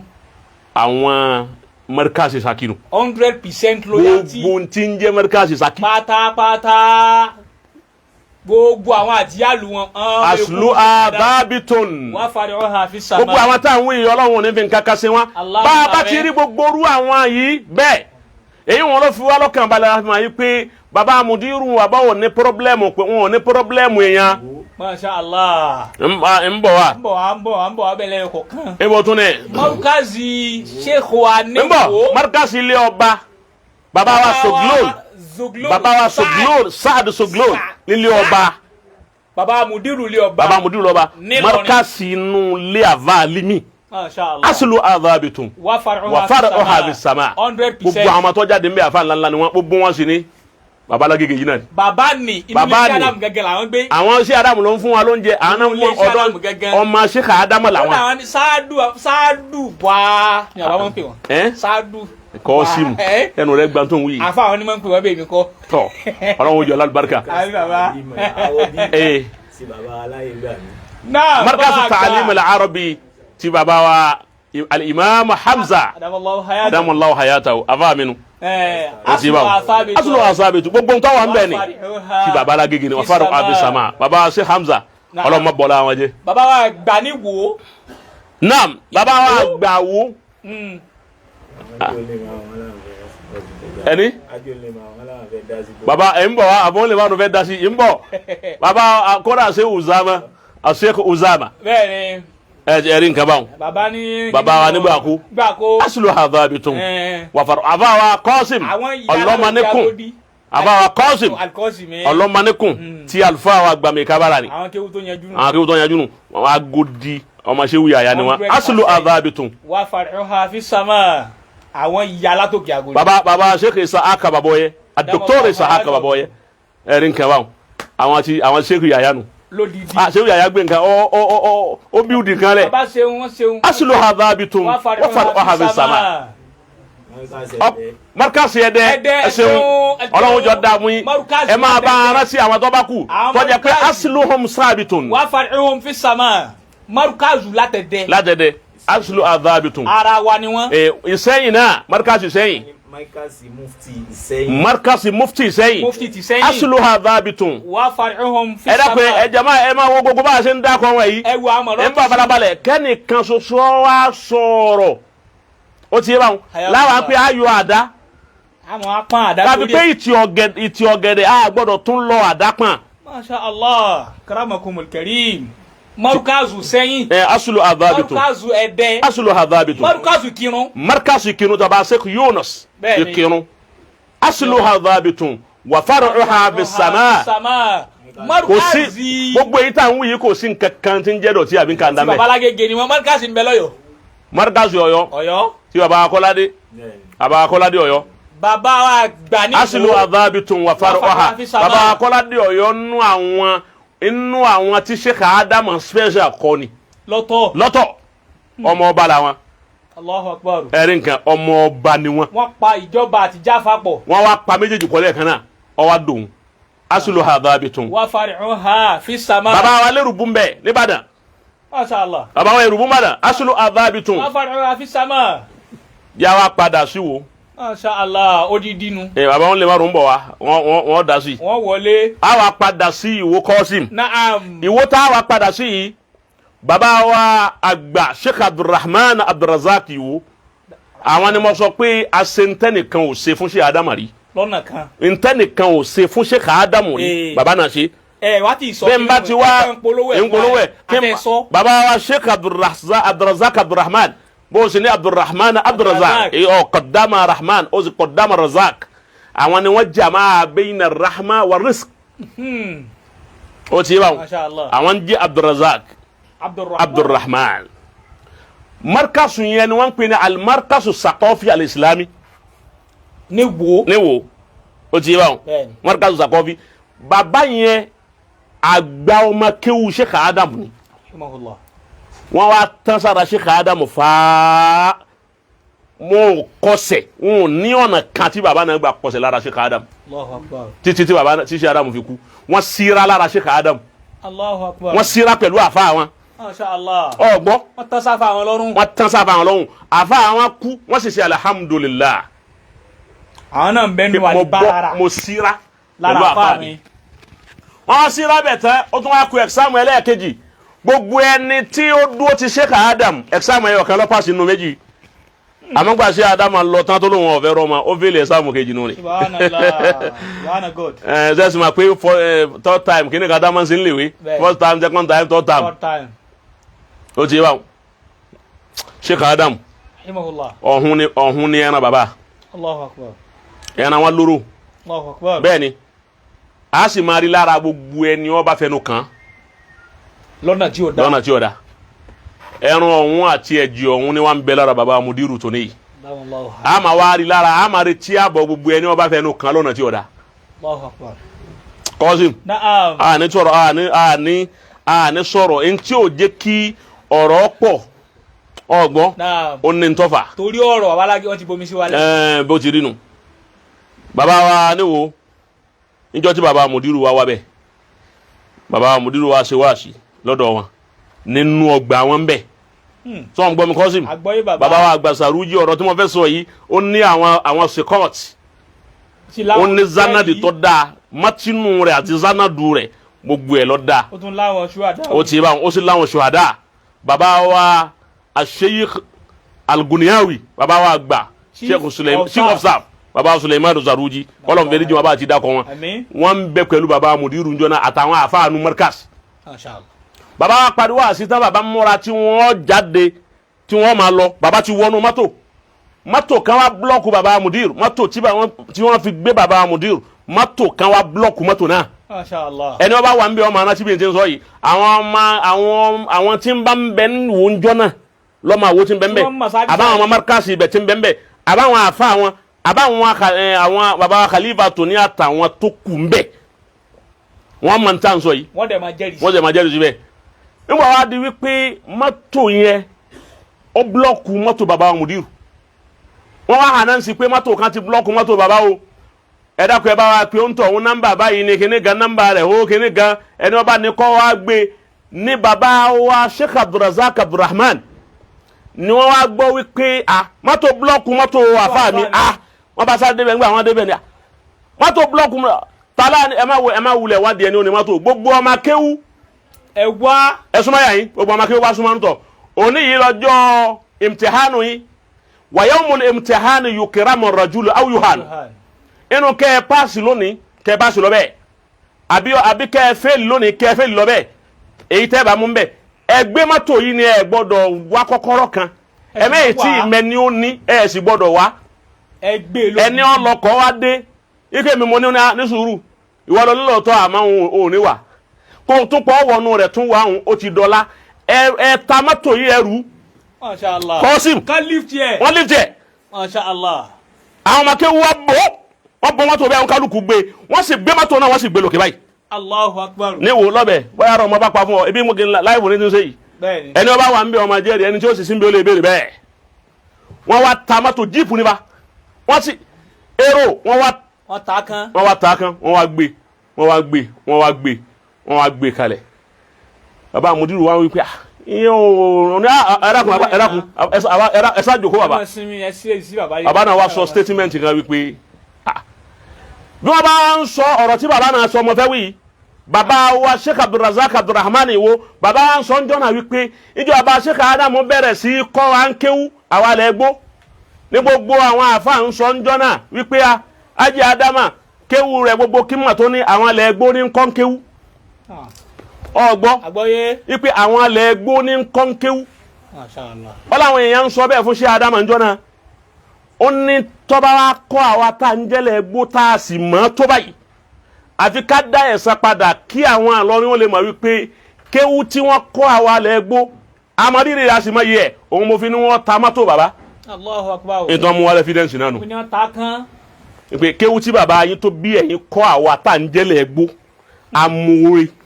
a sì mọ yẹ bẹ́ẹ̀ tá a bá ti wá rírú àwọn àna tí wọ́n bá amóore tí wọ́n sì mọ yẹ bẹ́ẹ̀ tí wọ́n sì produce àwọn ọmọ tí wọ́n sì fi bẹ̀ wọ́n àwọn pé bíi tí àti alibarika nù ni táwọn ọmọ náà sì dúró lórí ẹ̀ tí gbogbo ń ti ń jẹ́ ọmọ markazu Saqafi al-Islami tí baba wa Sheikh Abdurrahman tí gbogbo wọn sì máa bẹ̀ wípé ilé baba àwọn nù tí wọn ò sì tàpá síbẹ̀ èyí wọn náà tó wa. Masha Allah Qasim hayakumullah ibi tí ń sọ̀kalẹ̀ nánu. Masha Allah èyí wọn lọ́wọ́ kéwú fún wípé ẹni ó sọ̀rọ̀ yìí ọgbọ́ ọ̀rọ̀ tó dá tó fi béèrè lọ́wọ́ mi yìí ó rí pé àlàyé lélẹ́yìí tí mo ṣe mo jẹ́ kó kálukú ọmọ bóun ni àwọn markasi kọ̀ọ̀kan ti rí sílé àfa wa àti bóun wọn ṣe sílé àfa wọn ó ti wá àtàwọn míì tá àná ti dákọ náà táwọn náà dá bẹ́ẹ̀ bẹ́ẹ̀ni a lè dákọ̀ wọn tán wọ́n pọ̀ bẹ́ẹ̀ tí làákà ìwọ ò tí ì gbé wá nísìn tí wọ́n padà máa gbé wá ń gbọ́ báyà ó là tún máa padà máa jẹ́ àwọn àmì tá a bá wá rí ẹnìkan tó wá jáde tó yẹ pé fáríwù markasi náà ni ó pè rẹ̀ ó ti yé wọn yóò sì wí pé Sheikh Adama náà là fáfá òun náà ọgbọ́ tó wá jáde tó wá níbi ìdánwò kan ha láti 1965 kéèyàn ẹsẹ̀ wá lóhùn rí ní 2003 ọgbọ́ kẹ́ni náà wá ní ẹni tó wí ni ẹni tó lóhùn rí ni bákan ni nǹkan kan ni bó ti wí un ó ti gbọ́ wa torí báwa bá tún repeat ẹ̀ bá ní àwa náà wí náà nù ni. náà ọ̀rọ̀ yẹn ni mo wá pè ní ìtì ọ̀gẹ̀dẹ̀ tí mo ní kò tó ń tí a lọ àdábẹ́ tá ẹsẹ̀ máa pọn apáwì èyí ṣe tó fi já sí ọ̀gẹ̀dẹ̀ irú ọ̀rọ̀ ni kí nǹkan méjì ni ò ní jẹ́ kí n fèsì ní òsì ní jẹ́ sọ̀rọ̀ alákọ̀ọ́kọ́ ń bẹ̀ ni wípé ọ̀rọ̀ ni ò tó ń tí mo lè fọ èsì lórí ẹ̀ sáà gbọ́dọ̀ ohun tóbi àmọ́ ìní fèsì lórí ẹ̀ àkọ́kọ́ nù ẹlẹ́ẹ̀kejì ń bẹ̀ ni wípé àwọn èèyàn wọ́n ti ká ní wọ́n yàn wá sójú gidi bí nǹkan kan bá ti délẹ̀ bí Jaqman bá ti sọ̀rọ̀ ní sẹ́gbọ́n kálukú bá ń sọ̀rọ̀ ẹnìkan ní nǹkan kan bí Jaqman bá sọ̀rọ̀ wọn ni ha ọdún dé o ní òjò mo ti wá sọ wípé gbogbo ajá tí bá gbó kọ́lá àmàlẹ̀ lóko mọ́ nísìn tọ́lá àwọn ajá pọ̀ tí wọ́n fẹ́ gbó. torí òkò wa ti di gold. òdo wa ti gold bí bá ń gbogbo ajá tó gbó láàmàlẹ̀ lóko wọ́n padà máa wá ta òkò ní 10,000 ẹyọ kan. bẹ́ẹ̀ni níjọ́ ní tó wá máa rún máa ra òkò 10,000 ẹyọ kan lérí pé ajá kan ń gbó kọ́sìm. ọ̀pọ̀lọpọ̀ ajá tí bá ń gbó ní ìsìnkú sọ pé a máa fi ọ̀pọ̀lọpọ̀ ọ̀lẹ̀ ni. a ní máa dáhùn èèyàn lóhùn má. wọ́n ní ọ̀rọ̀ Jaqman limọ́. wọ́n lọ́rọ̀ wa wo gbọ́ èmi náà mo ti wá alínú makọ́ọ̀lì. filkalami la'alla. so mo ti wá dẹ ọ̀rọ̀ mi ìjọ́rọ̀ mi ọ̀pọ̀ ma inú ìjọ́rọ̀ mi ọ̀pọ̀ òun ní fi sọ wípé ọ̀rọ̀ ẹni yéé ṣe ń tá gbọ́dọ̀ máa pọ́n èyí ṣe tá à ń fi nípa kọ́sìm. naam. ọ̀rọ̀ mi àwúwo ọgbọ́. naam àpọ́yé. ẹni tó tọ ọ̀rọ̀ ni ó sì wúwo. ọ̀rọ̀ tó bá wúwo tẹ́ni tó sọ ọ̀rọ̀ ni bá wúwo káì kò sí bí nǹkan náà ṣe lè wò ó tó tí n bá rí pé ni ó sọ̀rọ̀ yìí wúwo ọ̀rọ̀ yìí sì wúwo ó sì sọ̀rọ̀ náà sí ààyè tó wúwo èmi máa wáyé sí tó bá wúwo tó ju ọ̀rọ̀ ni lọ láti jùlẹ̀. masha allah hayakumullah. suma billahi alladhi la ilaha illa huwa ọlọ́run sì tún dá mi lẹ́dàá kan wọ́n là kọ́ sí. naam. tí n bá fẹ́ wù nkè máa hu tegbò ni àtegbò àtẹ̀tuntun àtẹ̀ka àti gbogbo ẹ̀ ọ̀rọ̀ ti wá di pé bẹ́ẹ̀ lómi bá ti wá fọwọ́ kan baba Sheikh Adam àbọ̀ fọwọ́ kan baba Mudiru bẹ́ẹ̀ mi bá fẹ́ fọwọ́ kan ń tọ̀ ń padà gbogbo ngi tí ń bẹ lẹ́gbẹ̀ẹ́ ń tọ̀ ń lè máa gé a máa hu gbogbo ẹ̀ a hu yìí a hu tọ̀hún a kàn máa bẹ́ gbogbo ẹ̀ lọ àwọn èèyàn wá ní èé ṣe tó a máa ṣe bẹ́ẹ̀ mo ní mo yọ̀ǹda mo ní ìtún ṣe bẹ́ẹ̀ má kọ́lá kó fún mi sùúrù rẹ̀ kó fún mi sùúrù rẹ̀ kó sì jẹ́ ń lè ṣe bẹ́ẹ̀ èyí sì ti ń gbìyànjú àti máa ṣe bẹ́ẹ̀ láti máa dákẹ́ má fèsì fáwọn èèyàn má àmọ́ ń tọ́ bá kan àfa wa báwa bá tiẹ̀ ní fèsì a sì máa ṣàlàyé irú èyí tá à ń ṣe yìí kó lè yí àwọn èèyàn pé bí tí ń ríre àti bí tí ń ṣẹlẹ̀ rí o ó ń kálukú náà ó lè máa wá da ẹni ó wá sọ ọ̀rọ̀ yìí ọ̀rọ̀ tó sọ sí baba Mudiru ọ̀rọ̀ náà máa wúwo púpọ̀ wàláhi làzim kọ́dà ọ̀rọ̀ yẹn wúwo débi wípé ó sì bà mí nú jẹ́ wípé bí n gbọ́dọ̀ sọ̀rọ̀ ọ̀gbọ́ n tún gbọ́dọ̀ sọ̀rọ̀ ó bà mí nú jẹ́ pé wọ́n ní má sọ̀rọ̀ mọ́ ìwọ̀n ń ká mi la wípé wọ́n sì ní má sọ̀rọ̀ mọ́ ibi tí n ti ń banújẹ́ yìí mo wá gbé làákà yìí wá mo ẹ̀sìn wá fi làákà yìí yanjú ẹ̀ mo wá rí wípé ẹni ó sọ̀rọ̀ yìí bá a bá wo ọ fẹ́rẹ̀gẹ̀dẹ̀ èèyàn tọ́lọ̀ ń bùn ní àrò lákẹ́ máa pè ní ọba sí tàtà sọgbọ́ ọba kíá fìlìjísì mi ọ wá sọ ọ̀rọ̀ tí ọ̀rọ̀ náà tó tún wúwo ó ti yé wọ́n á wo wípé ẹni ó sọ̀rọ̀ yìí ó rárá gbé ọ̀rọ̀ tí ó sọ ọ́lẹ̀ yìí téèyàn wípé ẹni àkàrà ẹni ó sọ̀rọ̀ yìí rárá gbé nígbà mo wá wò ó mo wá wò pé abẹ́ ń fèsì mo wá ní fèsì máa ń bó mo ti wá lọ tí ìfẹ́ ní fèsì mo wá lọ wo alkiyamul inzaniya.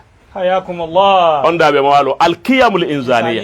ẹ wá wo dáa sẹ́ni ó sọ̀rọ̀ yìí tóbi ó tóbi lára aló tóbi lára tí ọ̀rọ̀ tó sọ yìí sì wo ọlọ́rọ̀ ń wo báwo lòun gan tó sọ ọ̀rọ̀ ti wé naam. kí ni àwọn fasus àbí kí lè máa pè kilowatt báwo lẹ ní ó sọ̀rọ̀ yìí ti wé mo á rí pé ní ó sọ̀rọ̀ yìí ó lò pátápátá ọgbọ́ ní gbogbo ọ̀nà tí yẹn máa gbà ṣe kí ni tí yẹn máa gbà lò bí ọ̀rọ̀ tó wo bá wá jáde lẹ́nu ẹni tí ò wúwo kọ́sìm naam. lápèjúwe nísìnyí kún lẹ́nìkan bú pírẹsidẹ́ǹtì ó ti wà wọn ni àkọ́ bú pírẹsidẹ́ǹtì ń kálukú wa ń pariwo nígbà wọn wà gbẹni tó bú pírẹsidẹ́ǹtì wọn wá bá lọ́dọ̀ ológogoro tí ń tọ́tí ṣe o ti gẹ̀ẹ́tì bẹ́ẹ̀ kí wọ́n ti ń wá kí wọ́n bá wọn ni tàlẹ́ ló pírẹsidẹ́ǹtì lélẹ́yìn ni kò sí tí ó yí àwọn yìí wọn kọjá kí wọ́n padà sọ́dọ̀ pírẹsidẹ́ǹtì wípé àwọn rìn ẹ máa bá ṣe ti yín lọ ẹnìkan kò bú yín èyí wọn lè mí fi sọ wípé ọ̀rọ̀ yẹn lè wúwo lóòótọ́ àmẹ́nu bí ọ̀rọ̀ òun ti jáde ẹnu bí tí ò ní túmọ̀ ni ṣe ọtí gbọ́ kọ́sìm so gbogbo orú àwọn nǹkan bá ní àti dépò sísan ká máa yẹ̀ wò ká tó lè máa sọ pé ròdúdú wípé a fẹ́ fèsì ntí lágbájá ni wí so èyí òun ni ìbéèrè tó béèrè wípé kí ló fà á tí ó fi rí báyìí òun nù ojú wo làá wá fi wo ojú tá a wá fi wò nù torí tá a bá ní a máa fọ èsì irú ẹ̀ bàbá mudiru sì ti sọ fún wa wípé anything tó bá ti jáde ńbẹ yẹn ẹnìkan kan ọgbọ́dọ̀ sọ nǹkan kódà wọn tún kọ sójú kiri báyìí àyè bẹ́ẹ̀ kọ́ bí n bá wá sọ̀rọ̀ níṣẹ́ àyè wà ní kọjá kún ẹ̀kọ́ dàpọ̀ tó gbọ́dọ̀ sí mudiru lẹ́nu òun mo ti gbọ́ òun ó ti wá ìbéèrè tó béèrè ló jẹ́ ń ṣe àwọn àlàyé wọ̀nyí so o ti gẹ́t àlàyé òun sì kílẹ̀ ó sì kílẹ̀ dáadáa bí ó ti rí nu ọlọ́run ó sàlékún dáadáa wa. ọlọ́run bá wa san kálukú wa lẹ́sùn àmín ya Rabbi. ọlá ànábì lọ́dọ̀ ọlọ́run ọlá mudirul markaz ọlọ́run járí wọn pẹ́ bá wa fi àbá lọ́kàn balẹ̀ ọlá ànábì lọ́dọ̀ ọlọ́run ọmọ Babala Gege ọlọ́run jẹ́ máa gbádùn sí ọlọ́run jẹ́ máa gbádùn sí ọlọ́run jẹ́ máa gbádùn sí àwọn èèyàn ń jàǹfààní púpọ̀ ọlọ́run jẹ́ yín náà gbádùn ara yín alibarika Muhammad lọ́dọ̀ ọlọ́run gbogbo olólùfẹ́ jákèjádò àgbáńláyé ọlọ́run san yín lẹ́san olóore yóò dúpẹ́ fún yín ọlá ànábì lọ́dọ̀ ọlọ́run àárọ̀ fa ìjókòó ní bàbá ó gbà ó lè márùn là ń fi bàbá ó lè márùn fẹ́ wọ́n fẹ́ contribute sí ọ̀rọ̀ tá à ń ṣàlàyé ẹ̀rí pàlàyé ni kò sí anything gbogbo ẹ lọ bó ti yẹ kó lọ. àwọn àlàyé bẹ́ẹ̀ láàmú ṣe léṣe. bàbá ó lè márùn. gbé kínní òfin akún fi. hello ń gbọ́ yín báyìí.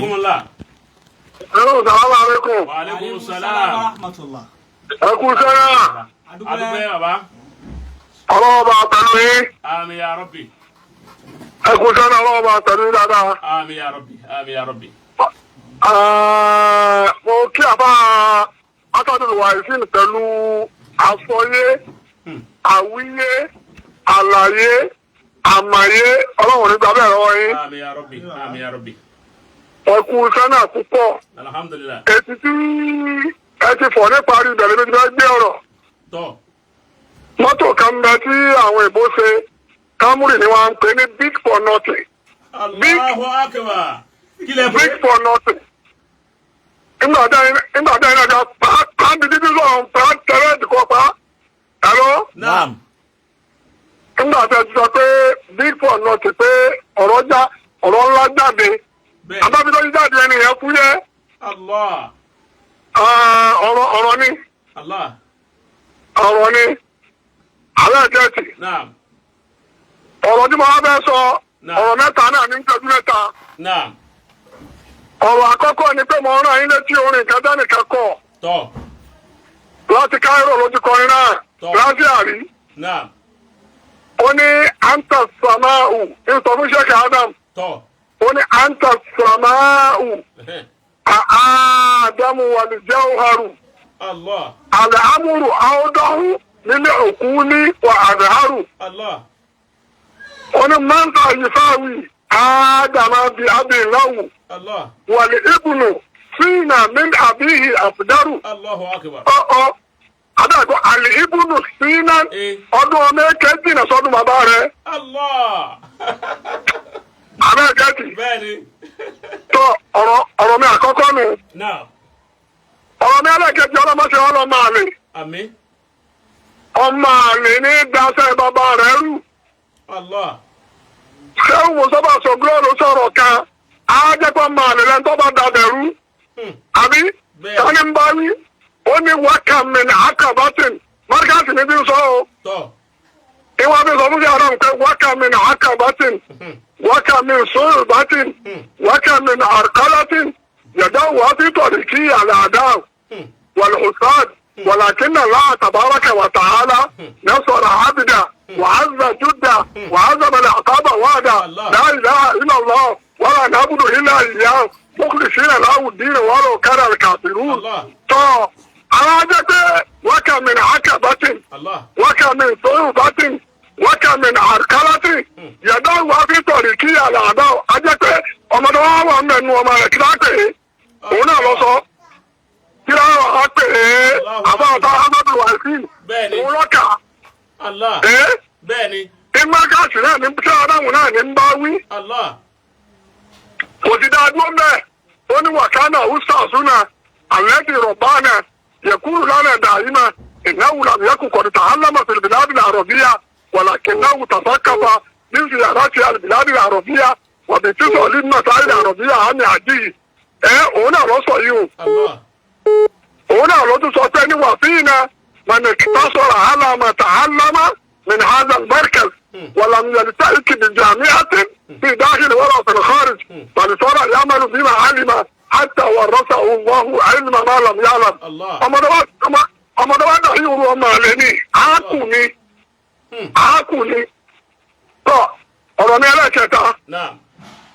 ọ̀rọ̀ mi ẹlẹ́kẹta èyí náà wá wúlò ẹ̀ nífẹ̀ẹ́ mi ń sùúrù ọmọ àlè kẹwàá ń bẹ ń fẹ́ kọ́ jáde ọmọ àlè kẹ́ ń bẹ kọ́ jáde ká sọ ń tọ́sẹ̀ fún bàbá rẹ̀ àwọn àgbé ọ̀rọ̀ tí bàbá rẹ̀ sọ jáde tó sì wà mùsájà ọmọ àlè náà jáde ọmọ àlè yẹn àrètí òun lókùtà àrètí nìfẹ̀ ọmọ àlè yẹn bá ti jáde àwọn àgbé ń tọ́sẹ̀ fún bàbá rẹ̀ pẹ́tọ̀ nígbà tó ṣẹlẹ̀ yìí fún bàbá rẹ̀ tí ò ní dùn wa.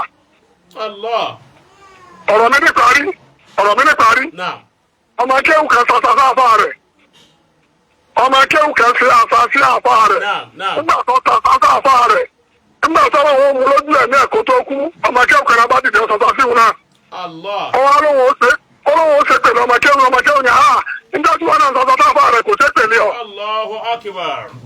àlùjẹsáwù òǹkàlùkù ọmọ wáyé káàkiri ẹ̀rú ẹ̀ bá àwọn aláṣẹ sọ̀rọ̀ ẹ̀rọ ọlọ́run ọ̀jẹ̀kọ́rọ̀ òde ti pa àmọ́ ẹ̀dá kọ.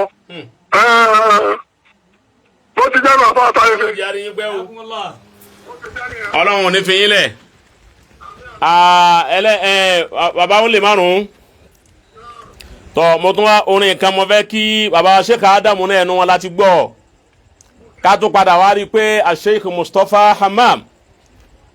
òun lọ́kọ̀ orin náà ń gbà tọ́lọ́ ní kémi náà padà wá kàn lẹ́yìn ọjọ́ tó pẹ́ nífa. sẹ́yìn kí bàbá náà ọlọ́run bàbá náà ojú wọn tó nǹkan púpọ̀ bàbá ní wà tasọ́lù arham tẹ́dífà ukọ̀bílà liyurdi bibagiyihi habila tasọ́lù arham àwọn àpò tí ń gbé ọmọ sínú tasọ́lù tẹ́dífà ukọ̀bílà kọ́bílà ọmọ katapila ọmọ ni bàbá pé iná ni wọ́n ń pòròdúsì jáde le yuridi bibagi yi habila torí n ta fi produce ẹ náà ni kó lè wá lóhùn ó wo ilé tí bàbá rẹ̀ kọ́ tí ń jẹ́ habila big for nothing ọlọmọsàjì kí á rí yín pẹ́ ọlọ́run ò ní fi yín lẹ̀ o gbogbo àwọn olólùfẹ́ wa ọlọ́run wọn ṣàlékún dáadáa.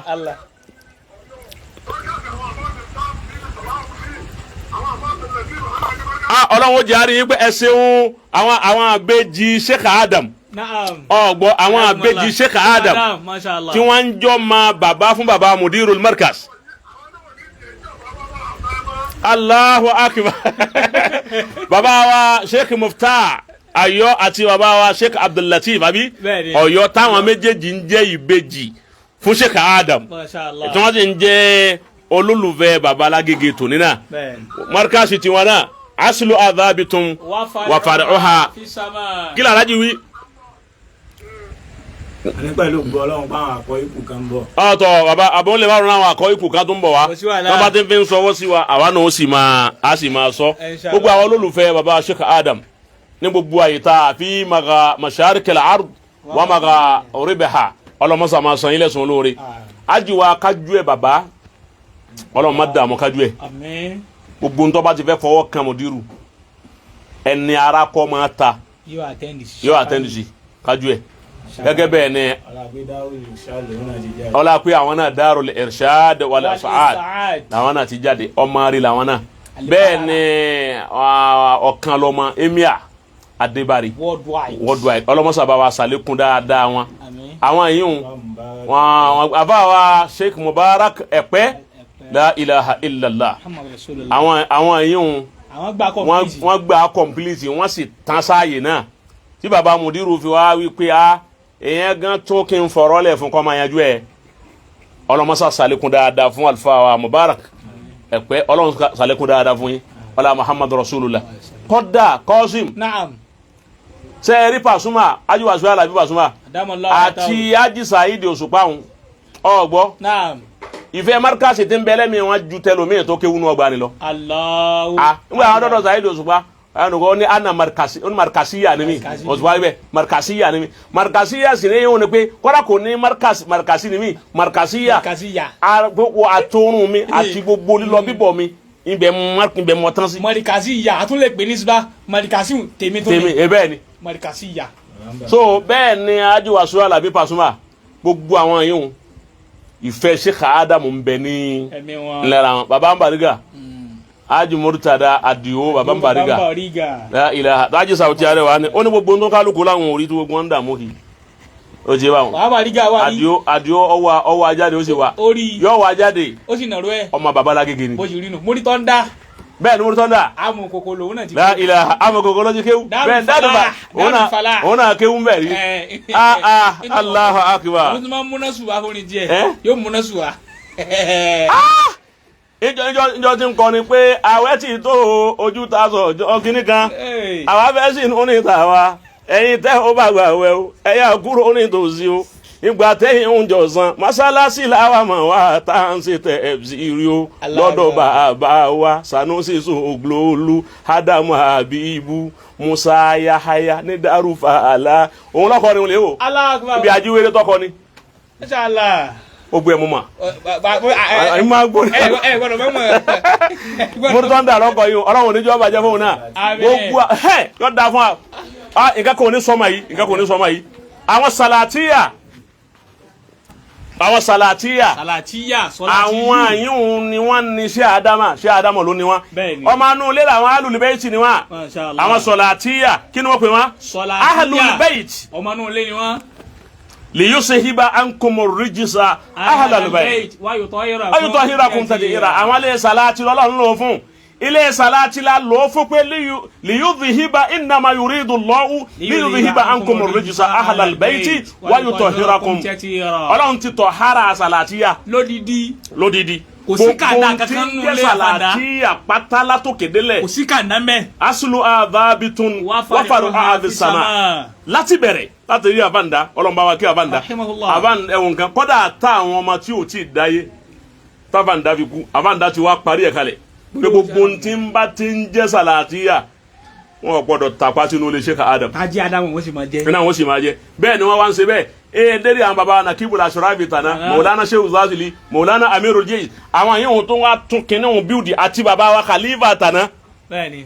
ẹ̀rí nǹkan baba wa Khalifa tana àti baba wa Khalifa ti jẹ́ ẹ̀ta gbogbo wọn ní dúró pé iṣẹ́ tí baba tó bí àwọn àfàǹdá iṣẹ́ tí wọ́n ṣe sáàyè ni àwọn náà máa bomi sí ni àwọn oníjọ́ gbẹ wọ́n sì dúró lórí ẹ̀ bẹ́ẹ̀ ẹ wo Maulana Nakibul Ashrafi tó ní. Sirrul Ajdad ọmọ tó jọba bẹ. ọkùnrin Ọlọ́run. ọ wa wọ markasi ń jò ní olè bá bàbá Nakibu wa dé bàbá mudiru wa dé irungba ọdarungba Nakibu dé akangula màá dẹ̀ gẹ́lẹ́ bàbá ní àmà gé o bàbá ń bá wọn máa ṣe.